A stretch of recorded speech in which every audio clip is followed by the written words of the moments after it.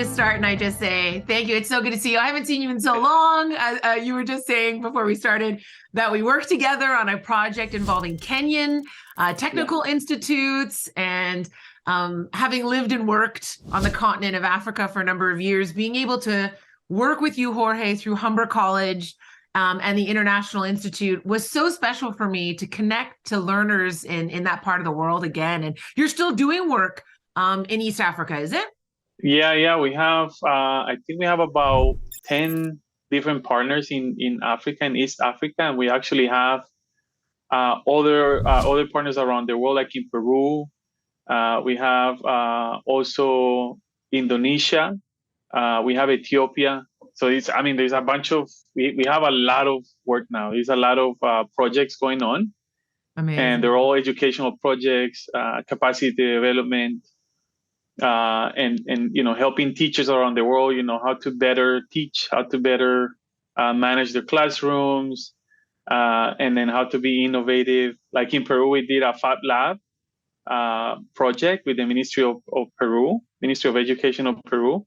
And that was pretty amazing because we were helping integrate pedagogy, andragogy, and teaching methods into using the Fab Labs. Those are fabrication laboratories. Okay. Which is amazing because it's a concept that is pretty cheap. Came from MIT in the States. And they're trying to implement it at a national level in Peru to spark innovation. So that was pretty cool.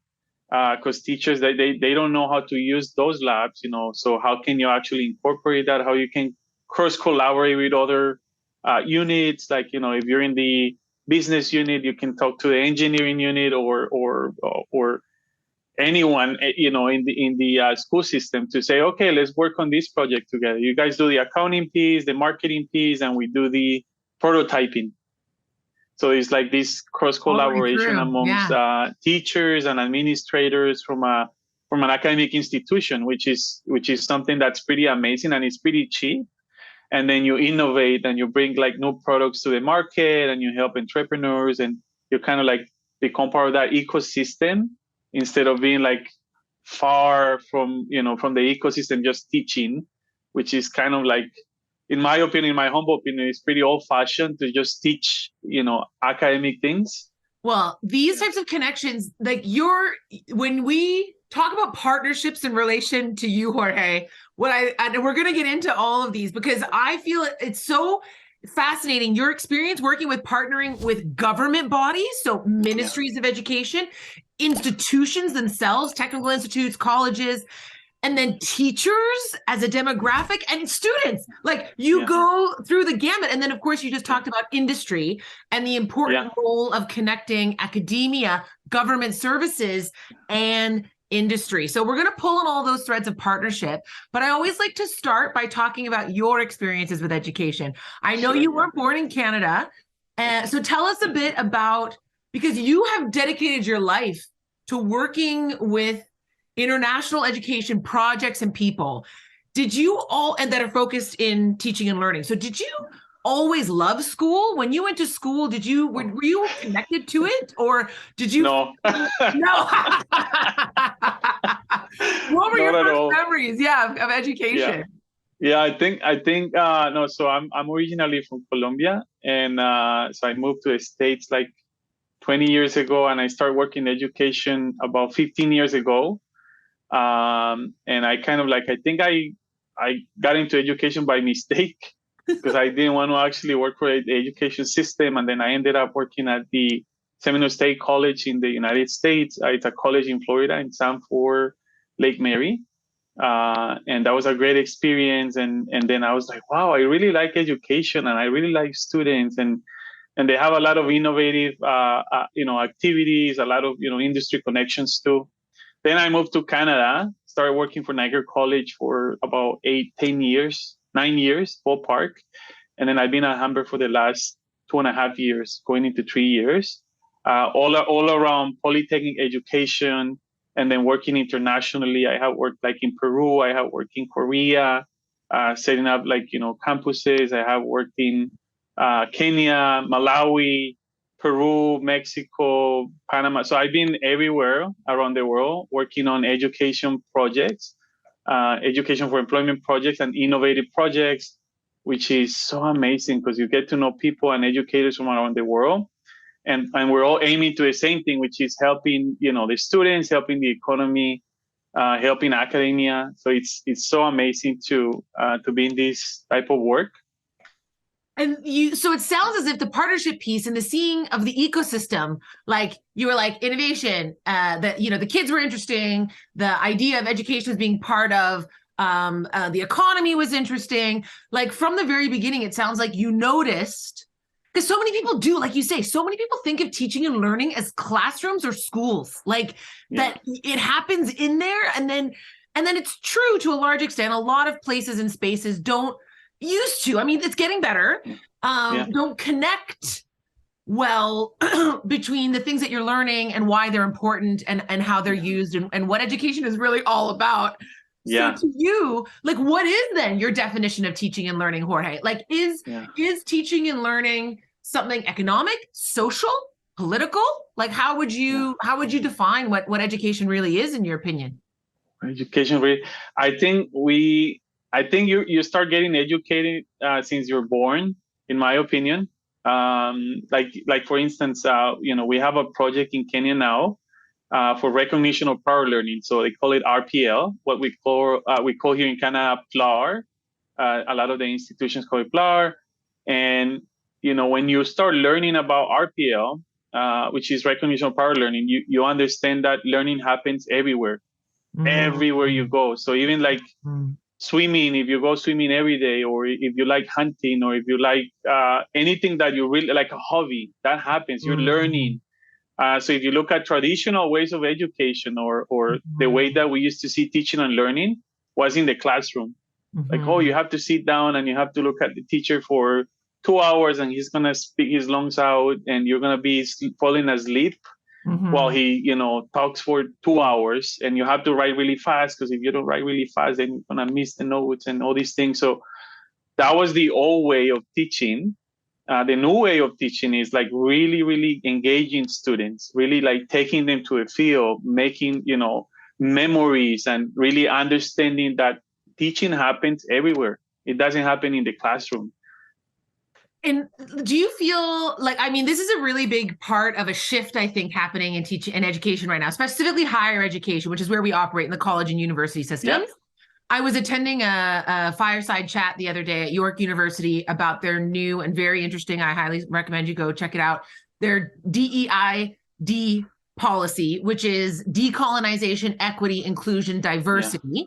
And they were talking about alternate pathways, exactly what you're just saying. Prior learning assessment and recognition, PLAR, the way we often say it in Canada, they were talking about alternate pathways to entrance to the system. Like, I feel like higher education, college and universities, like, although maybe the college system is a little bit different, there's this notion of ivory tower expertise. Like, we're super special. You have to be super special to come and learn from our super special people. And there are all these gateways. I mean, now look at what's happening right now in so many high schools across North America. Students are not getting into institutions. They're awaiting these letters of acceptance, and there's a lot of issues with mental health around being accepted into these institutions. But what about alternate pathways where you sit down with a human being as another human being and you talk about the volunteer work that you've done, the experience you have being a single mother raising 2 children, and how that contributes to your ability to enter this education degree or nursing degree or English degree? Do you feel also in the international marketplace, the recognition of credentials and things has always been such a huge issue? Like, who has the knowledge, whose knowledge is valued, and how we're valuing people's work? I feel like this is a big thing that's changing in the world of teaching and learning. Just to go back to your comments on recognition of prior learning, and how we have like an old-fashioned way of doing things, and I think it's a huge gap. Like for Canada, if you look at international labor force and people that comes to Canada, and even Canadians that live, in Canada, they have been living here forever. They have a lot of skills and the international students or international workers bring a lot of skills to Canada, and then they get lost. And why do they get lost? Because we don't have a good system to recognize those, learnings that they had before, those experiences. They have the knowledge. So how do we bridge them into the system? How do we get them into the academic system, and get them out there in the labor force so they can be productive for the economy of Canada? Mm-hmm. So it's a huge thing. It's a huge gap that I can see as an immigrant too. As I'm not from Canada, but I can see that, and I think that's something that we're missing big time. So we have a huge, intake of new labor force, new immigrants, but then there's a gap between academia and the labor force because we're not recognizing those learnings that they have. We don't recognize those, even credentials. We don't even recognize those credentials. And then when you talk about decolonization, yeah, decolonization of education. So if you're being taught in another country and in this country, and if it's the same content, then that means that it weights the same, but then we don't see it that way. Like some of the institutions don't see it that way. So I think that's something that we really need to work on as a community to increase that, to help people to really get into the country and then get those credentials recognized or get some of it. I'm not saying that, okay, you get the whole credential. I'm saying, okay, at least some of that knowledge that you got, we're supposed to recognize. And then we get them into the labor force so it can be productive for the Canadian economy. Yeah. And so we're talking about power relationships. So, I mean, I think there was a wonderful conversation I had with Patricia Mongiel, who worked with the OECD, the Economic Commission. And she was talking about education as empowerment. Like we're so it's scary for some people, right? To empower, to recognize education that wasn't for folks who maybe don't come from a place or don't go to the same institution. You recognize credentials. There is a way that empowers those people. And at the same time, we want them to feel empowered because, again, we want them to be productive. We also, I feel so often in our systems, are working hierarchically. So here's the amount of power I'm okay as the person with the dominant amount of power. Here's the amount of power I'm comfortable with you having. So here's where I'm going to let you I'm going to recognize your educational qualifications to about here. Yeah, that's right. Yeah, no, it's all this. I think it's like all territorial.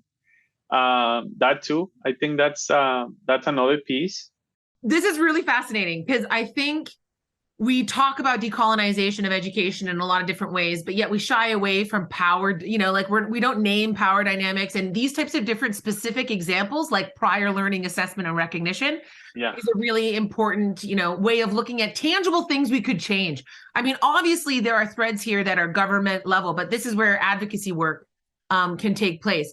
I want to pull on this thread and take it to your partnerships piece, because obviously working for a Canadian institution, you're partnering with countries, like you said, all over Indonesia, Peru, East Africa. How are you ensuring that when you work with these partners and you forge these relationships and education is happening, or as you the term you use, capacity building is happening, that you are recognizing what they have, building on what they have, not saying what we have is in some way superior or better?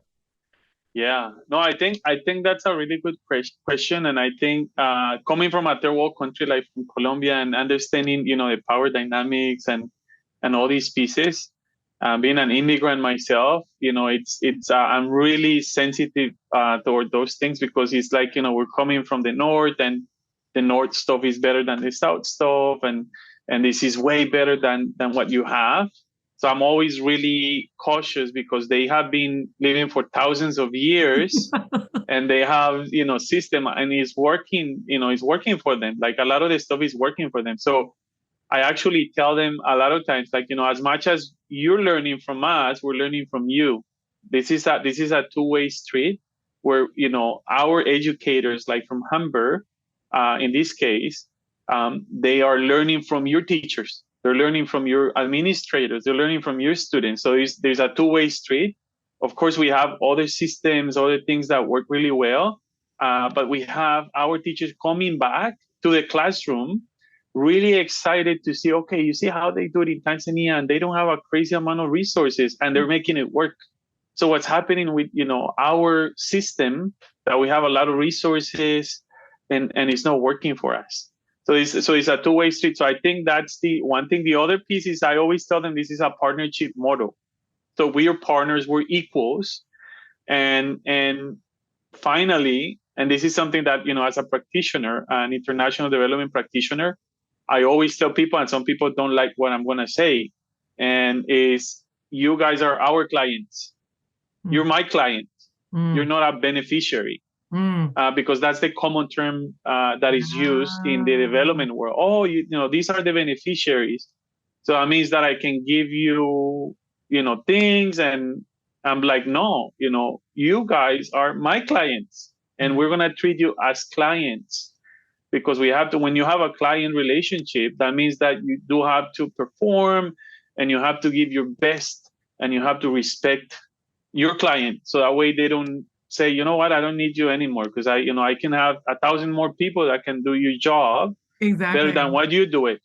So, and this is what I tell a lot of the practitioners, and they open their eyes big when I say, oh no, they're clients. They're like, clients? I'm like, yeah, they're clients, and we have to treat them that way.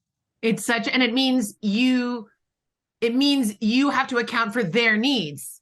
Their needs are the most important, not your needs, not your assumptions of their needs, because otherwise they'll go to another service provider. You need to understand a client's need is a central tenet of doing business or collaborating with people. Yeah. And I think that that's a huge part. And how crazy cool is it that language is so important? Like one word. You just talked about one word, and my eyes went like this, and it's a completely different mindset by which you're going to now communicate with people, collaborate with people. Exactly. Yeah. No, it's so amazing. Like, I think, and I think the second piece is that, and I would say we really love what we do. I really love what I do, which is helping people, and really understanding their needs and listening to them, really listening to them. I always listen to the clients. I always ask them, what do you think? Is this the right thing? Be honest with me. I'm always telling them, be honest with me. Don't be like, yes, it's all good. I'm Jorge, I'm your friend. You can tell me anything. Because otherwise I think everything is perfect. And you're probably thinking, I really don't like the way we're developing that curriculum, or I really don't like that concept. What you just, now we need to dive into the human element, my friend. Like, partnerships, whether you're talking to government officials, you're talking to administrators, you're talking to educators, you're talking to students. You and I are on the same page in terms of authenticity. I don't think we can really help it, Jorge. Exactly. I don't think we can really help it. Yes, that's right. Yeah. Can you expand a bit on the importance or the value you have seen in the work that you've done in these countries in connecting with people on the human level with socio-emotional skill sets, with a focus on trust building, honesty, sharing, communication, talking about hard things, not shying away from hard things, but this kind of, we're in it together, unfortunately, to use the phrase that's now everyone thinks of the pandemic. But how does that look for you? Like, maybe, how does that look for you? What is some of the value adds you've seen in terms of that way of building partnerships?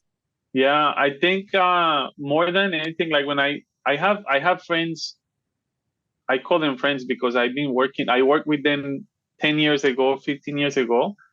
And I still work with them, for instance, on Monday, I was actually doing a change management presentation for UNAM in Peru, all in Spanish. And I've been talking to Mario. He's actually a teacher, and he's a coordinator of their fisheries program.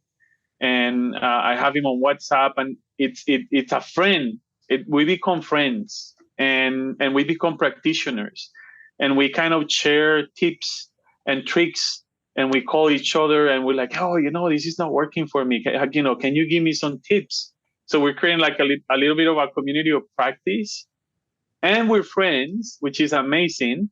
So I think, more than anything, that's how I see it, and we're learning cultures, and we're learning, different value systems, and, what to do, what not to do, like different contexts.